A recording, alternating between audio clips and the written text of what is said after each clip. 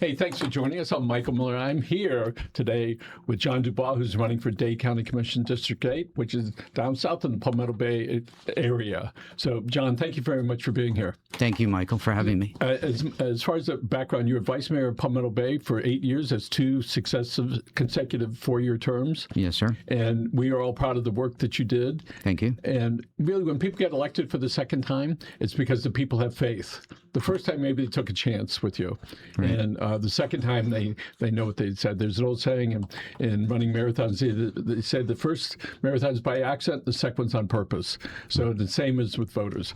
So the question at hand is, why should a voter coming up in this election, which really the election cycle starts in a couple of weeks, the absentee ballots go out next couple days, right? Right. And then it's early voting, with the final day being on August 18th. That's the final day. Folks, don't wait until the final day, because you never know what's going to happen. So, John, you're here, and let's talk about, again, why you're running for Miami-Dade County Commission. Yeah, I think in a nutshell, I would characterize it as a fiscal pandemic at the county level for Miami-Dade County. The level of, let's call it systemic corruption that occurs in government is at a record level that I couldn't have even imagined years ago. It's just gone from bad to far worse. And I think there's a sense in the community that the taxpayer money is being badly mismanaged by the county. And that responsibility falls on the county commission. And you said systemic. Explain that a little bit. Yeah, when I say systemic corruption, what I mean are things like, I've mentioned before what I call a slush fund. It's when a body like the county commission in its whole votes to approve $80,000 raise for themselves through basically giving themselves an additional 401k contribution.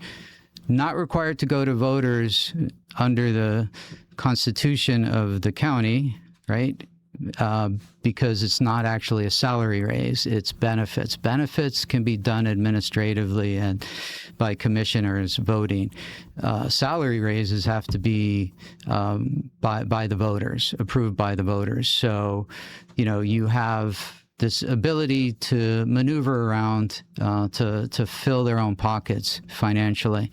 You have the $1.5 million per year slush fund that the commissioners each get. That's $20 million across all 13 commissioners. When somebody gets elected, their business starts off at $1.5 million.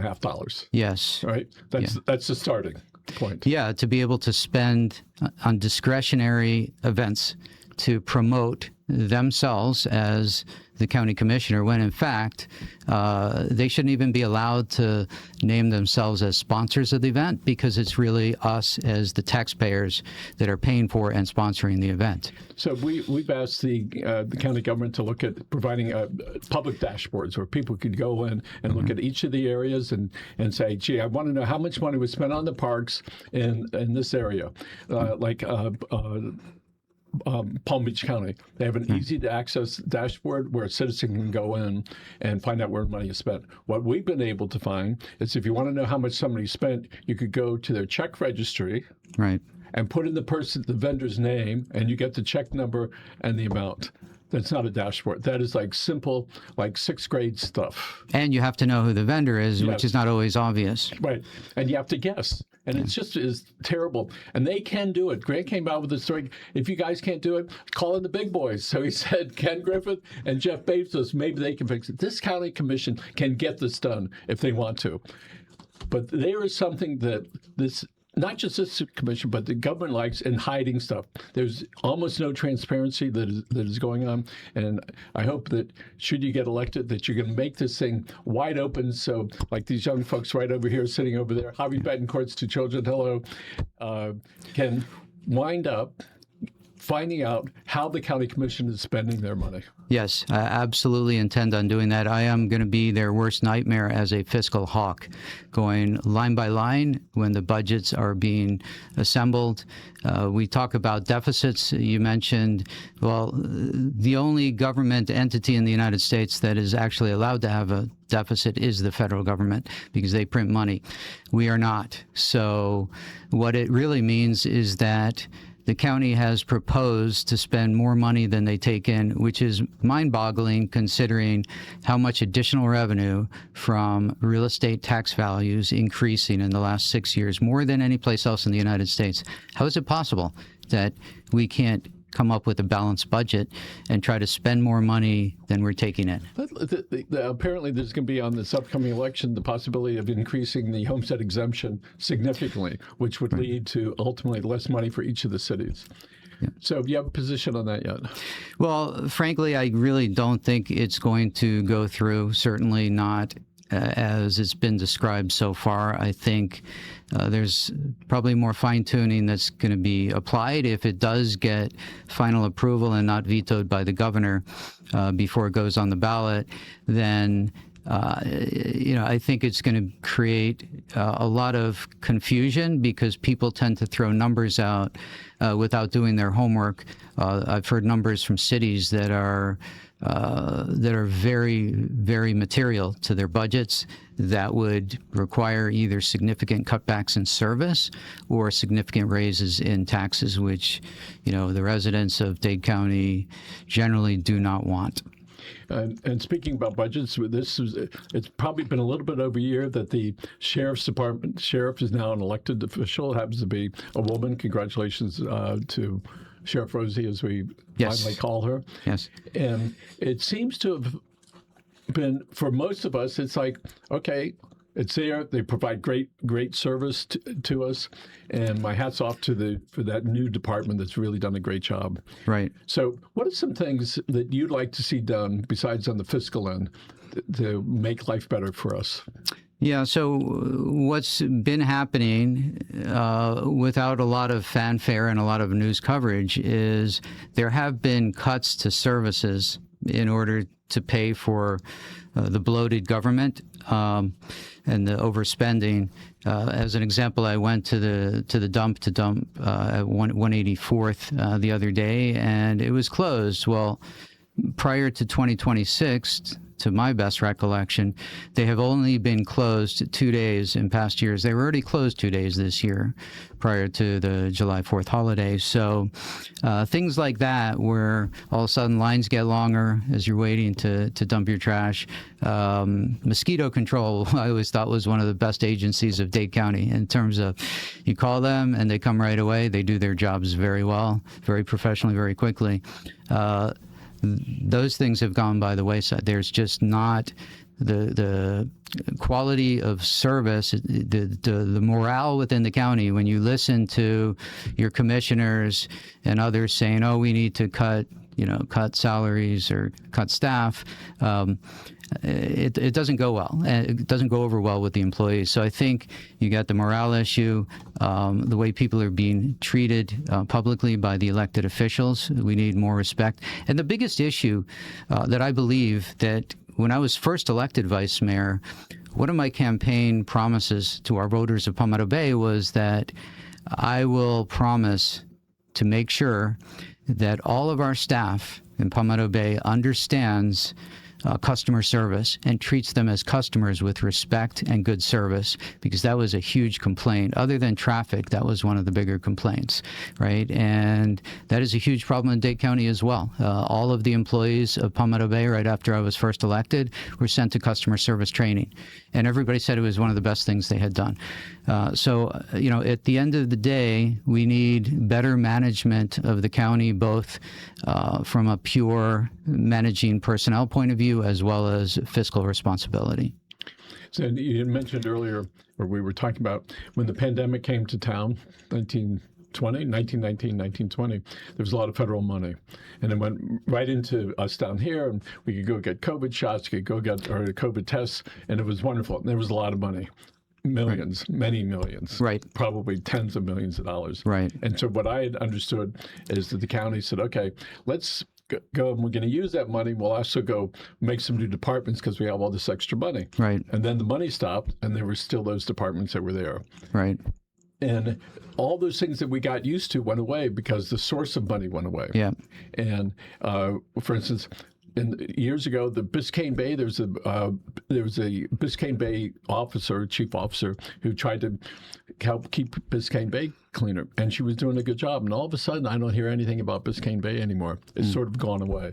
And when I saw they were taking some of the boats out of the water and making it better so that we could feel good about government, I can tell you that the people I talk to, they're not just complainers. They're saying, these are facts. You can interpret whatever way you want. Right.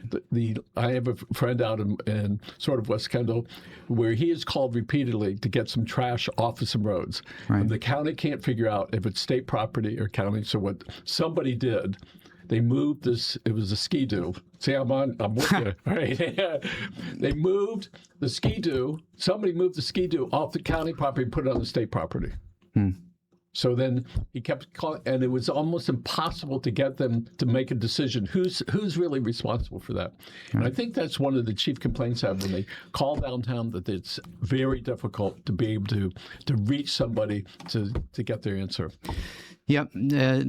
Ever since the pandemic, which became widely recognized in the first week of April of 2020, we saw the government ultimately stepping in and providing funding, and of course, all governments, the more money they get, the more money they spend, and unfortunately, if you don't distinguish between recurring revenue that you get every year by raising taxes or fees for services and things like that, if they're one time, you need to align them with capital expenses, like we're going to build a bridge here, or we're going to build a new rec facility here.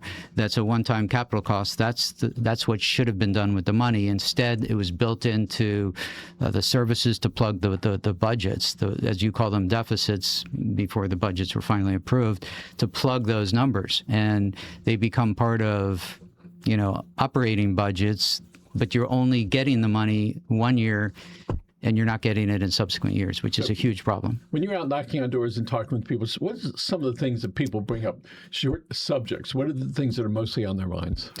Oh, it's a wide range.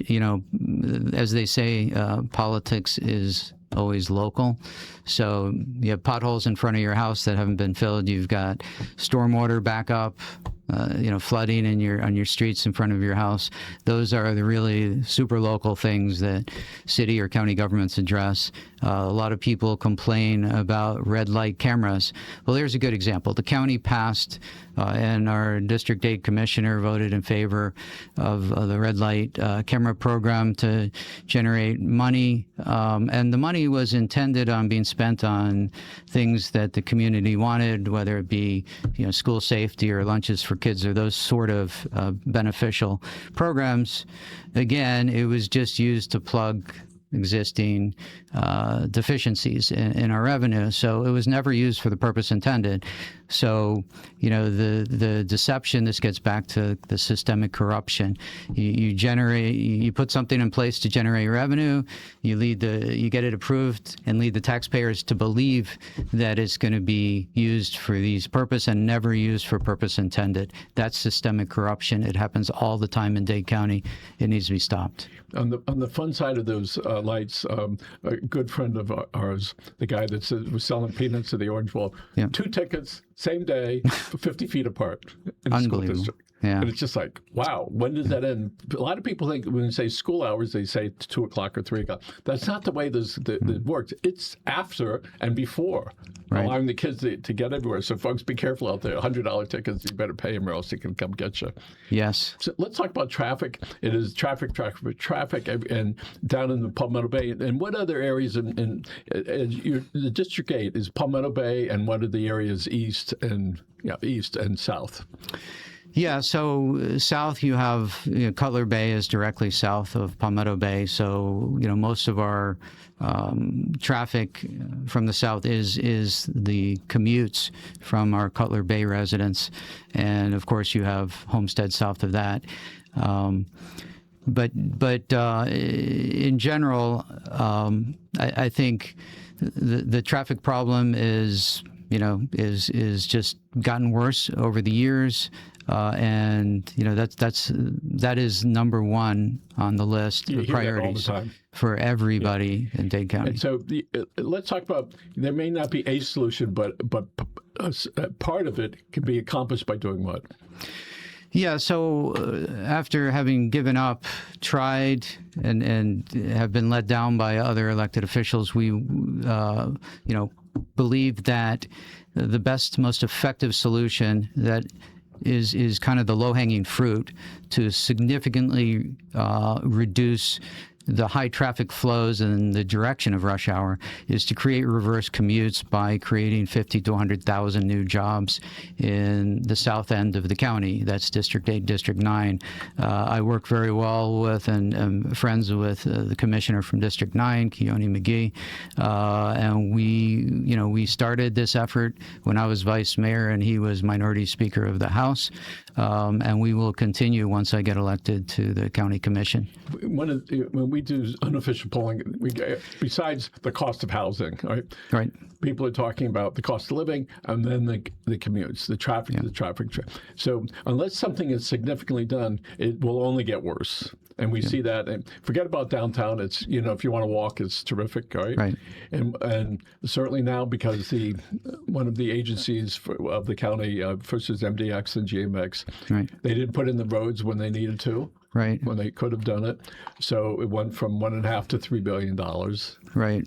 So they're only doing now the smaller part of it, which is, okay, that's all fine and dandy, but there could have been a solution because there was the money then. Right. And when you look at it, that would have taken care of part of it. But the big thing is on the reverse drive-through, Yeah. I think we got to get more jobs down south. Absolutely. And I know you've been down there and you see all these apartments that are going up. I think the hope is that people get on public transportation.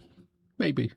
But the end of the day is somebody's got to help these businesses get there, and big businesses open up where there can be people can concentrate around where they work and where they live. And I think there's a lot of smart micro solutions to the problem that can be implemented, and in aggregate, if enough of them are accomplished, will also help alleviate some of it. This idea of bus rapid transit was a disaster, putting aside the fact that some huge percentage of the electric buses actually do not work, and the company went bankrupt. Who has 67 buses, 60 or 67 buses are sitting. That's a lot. Is ridiculous. People who like to drive cars. It's not easy to convince them to jump on a county bus. You can perfume the pig and call it bus rapid transit, but it's still a bus at the end of the day, and apparently unreliable, which was not expected.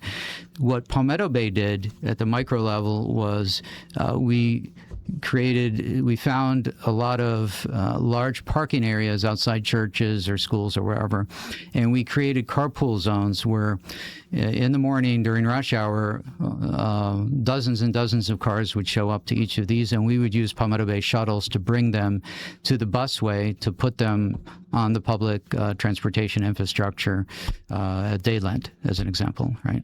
So, and we know people our age, we don't want to get a bus. We want to have our truck, our cars, whatever it is. And so this is all being built for the next couple generations that are there. And my son lives downtown, and we were walking around downtown. That place is like rock and roll if you like it. Yeah. Right. Yeah. If you don't like it, it's a tough road to go. And we know that Miami is now, it's always been known around the world, but certainly the last 5 years have been significant. We see all these wealthy people that are coming to Miami area. That's a good thing and a not so good thing. If you live here and the price of your next move on your house just went up by $500,000 or $1 million, you're sort of stuck in there. It's just from a simple point to where a lot of the private schools are now jammed with kids, and they don't. And when it comes down to the core, they don't need to advertise like they used to. Right. Because they have waiting lines. And that's a trickle down everywhere with that.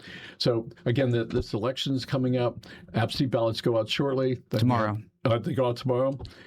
Folks, as soon as you get that, vote for the candidate of your choice and mail it. If you don't trust the mail, you can take it down to the elections department and Doral. You can actually put it in or hand it to somebody to put it in a box.